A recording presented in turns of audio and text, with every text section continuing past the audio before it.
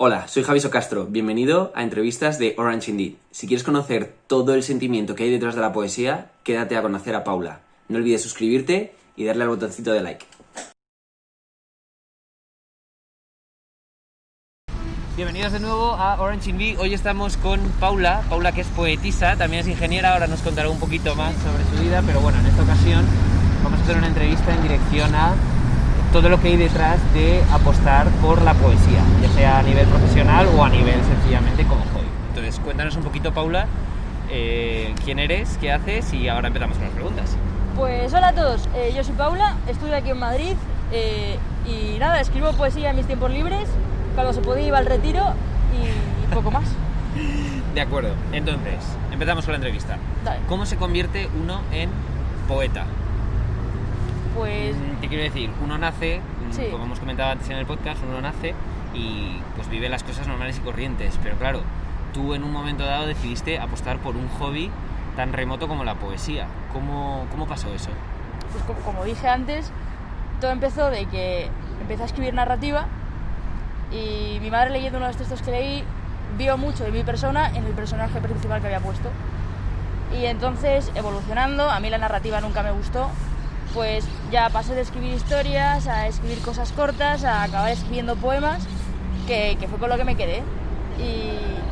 Y todo nació de querer expresar emociones y no saber hacerlo de otro modo que no fuera a través de palabras. Eso es. Entonces utilizaste la poesía como herramienta para expresar más que no fuese en narrativa y tampoco hablando, ¿no? Hablando también se pueden expresar muchas cosas, pero viste en la poesía ese potencial de expresar más allá que una frase, yo qué sé. No, vi mi manera mejor de saber decir las cosas. Y la encontraste. Sí. Hoy sigues, pues eso, imagino que creciendo en la poesía, pero lo cierto es que encontraste esa manera. Sí, encontré el sentido de por qué seguir y por qué lo hago. De acuerdo. Y como poetisa, ¿para quién escribes? Antes habíamos comentado, ¿escribes para ti? ¿Escribes para el público? Escribo para mí, completamente para mí. Lo reconoce de nuevo. En el podcast lo hemos hablado. Evidentemente hay que volver a reconocerlo.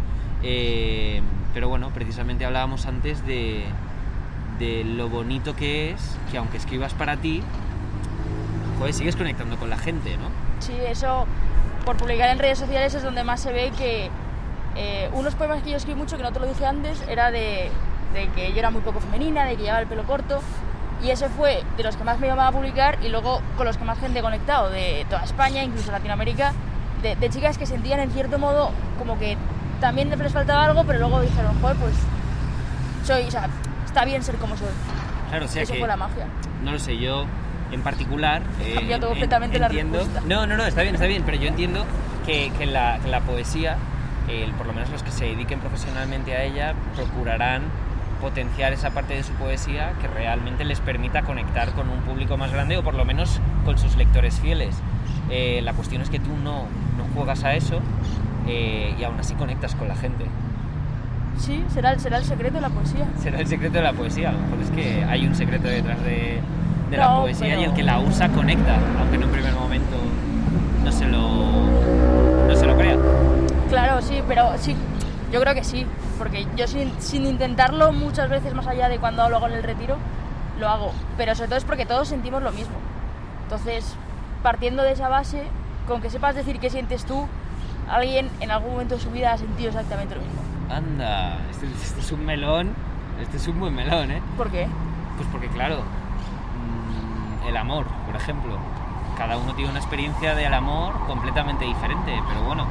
Pero todo el mundo se ha sentido enamorado, o sea, tú hablas con mucha gente de qué sienten cuando se enamoraron o de cuando están con la persona que quieren y es como... Sigue. Muy... como que no es muy dispar el sentimiento de querer estar con alguien, de... la policía viene. Vas a tener que... Hemos cogido la hora punta, ¿eh? Total. No, pero, por ejemplo... Y... volvemos. Entramos. No, que lo que decías tú del amor, obviamente todo el mundo tiene su historia de amor con diferentes circunstancias, pero el sentimiento de querer a alguien no cambia. O, por ejemplo, el sentimiento de sentirse solo. Todo el mundo, a lo mejor, uno se siente solo cuando se cambia de ciudad, o en su propia ciudad porque no encuentra grupo de amigos, o por mil circunstancias. Pero el sentimiento de sentirse solo es común, ¿sabes? No varía de uno a otro. Pero es que esto es muy heavy, ¿no? Tantos miles de millones de personas y el sentimiento de la soledad es el mismo para todos.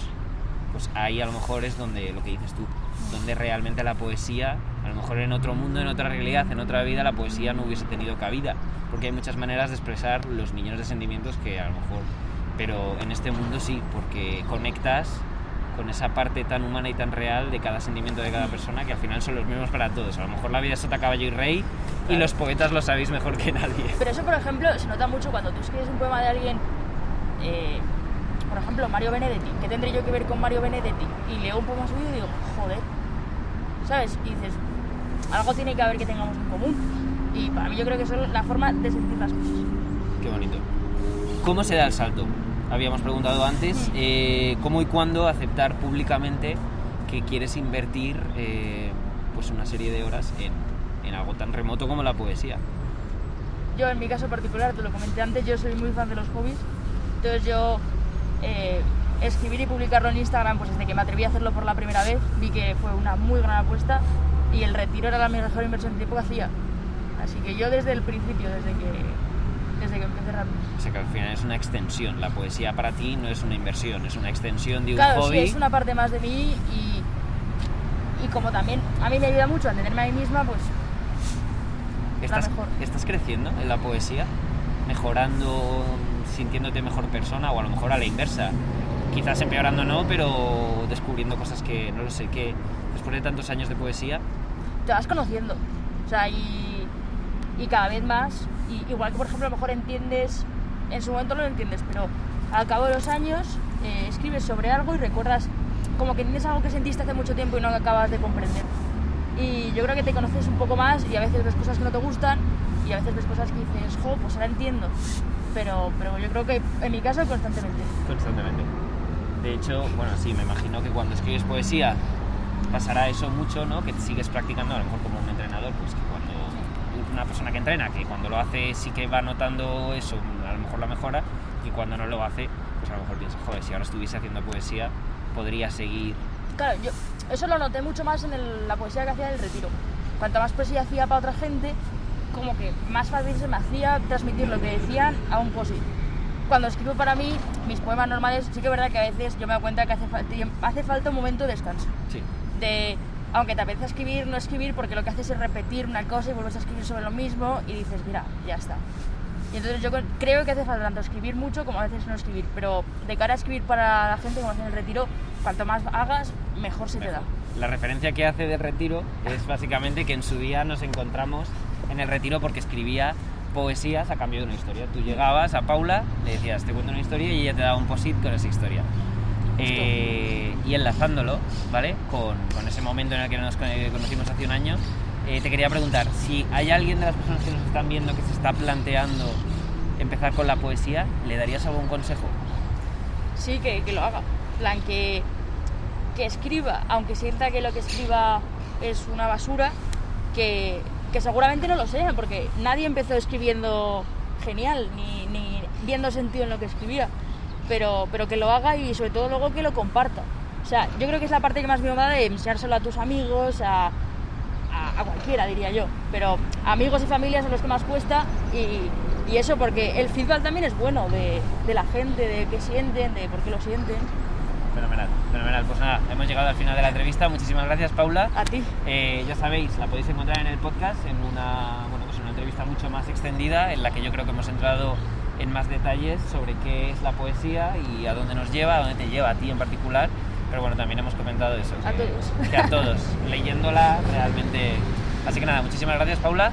A ti, hombre. Siempre invitada al canal. Si te ha gustado el vídeo, suscríbete y deja un buen like.